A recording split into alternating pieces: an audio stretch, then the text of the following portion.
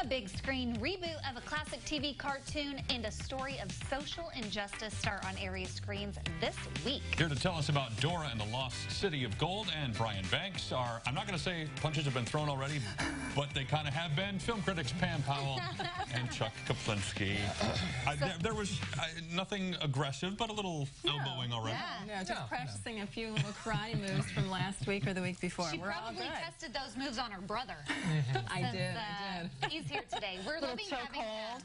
Okay, let's start with Brian Banks, because this is based on a true story. It is. It's about a promising teen football player who was wrongly accused of rape when he was 16 years old during high school. He's sent away as an adult, tried as an adult, and then sent away for 8 years. He is wrongly and injusticely put behind bars.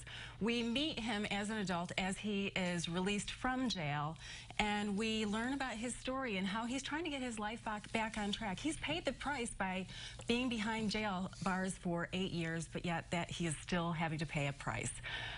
We learn about his story. We go back in time. It's a non-linear storytelling technique that really gives us a nice insight as to who this man is.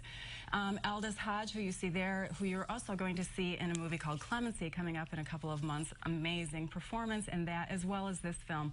We are immediately engaged with this young man, and we are connected with him. He should have been a pro football player, but he's not, and we have the Innocence Project taking on his case, and they really don't want to, but he convinces them. This is an inspiring story. It is a predictable story. It is a very predictable film. We know what's going to happen, even if you don't know the true story. However, it really is a beautiful story about perseverance and redemption. I loved it. I thought it was a wonderful film. I was in tears.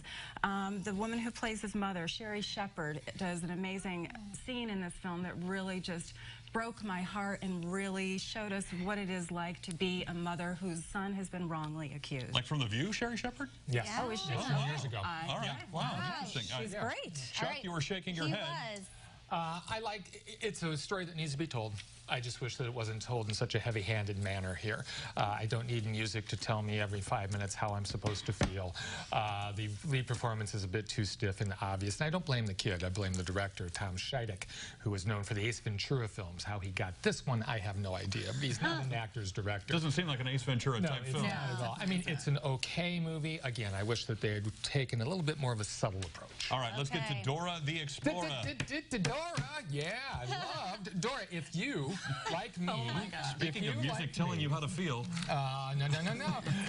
If you're like me and you had a kid who grew up watching Dora and you had to watch Dora too, because that's all that was on, you're going to love this movie. I mean, they include every little thing that is from the show in the movie, and there you even saw Boots the monkey, and now Dora, though, is a teenager, and boy, she is great. She's a go-getter, and there's her parents, Eva Longoria, Michael Pena, and they're about to discover this lost city, and they don't want her to get involved, so they ship her butt off to Los Angeles. Talk about a jungle. Boy, she's got to deal with that, too, and she's reunited with her old cousin Diego. She hasn't seen him for years, and they don't really get along at first. But they do, and as they do, then they're kidnapped and brought back to the jungle because it seems as though her parents have gone missing. And there are some mercenaries who need to find the parents, and they think that Dora will be able to lead them to him. What the problem is, they don't just kidnap Dora, but they kidnap Diego and 2 other teenagers as well.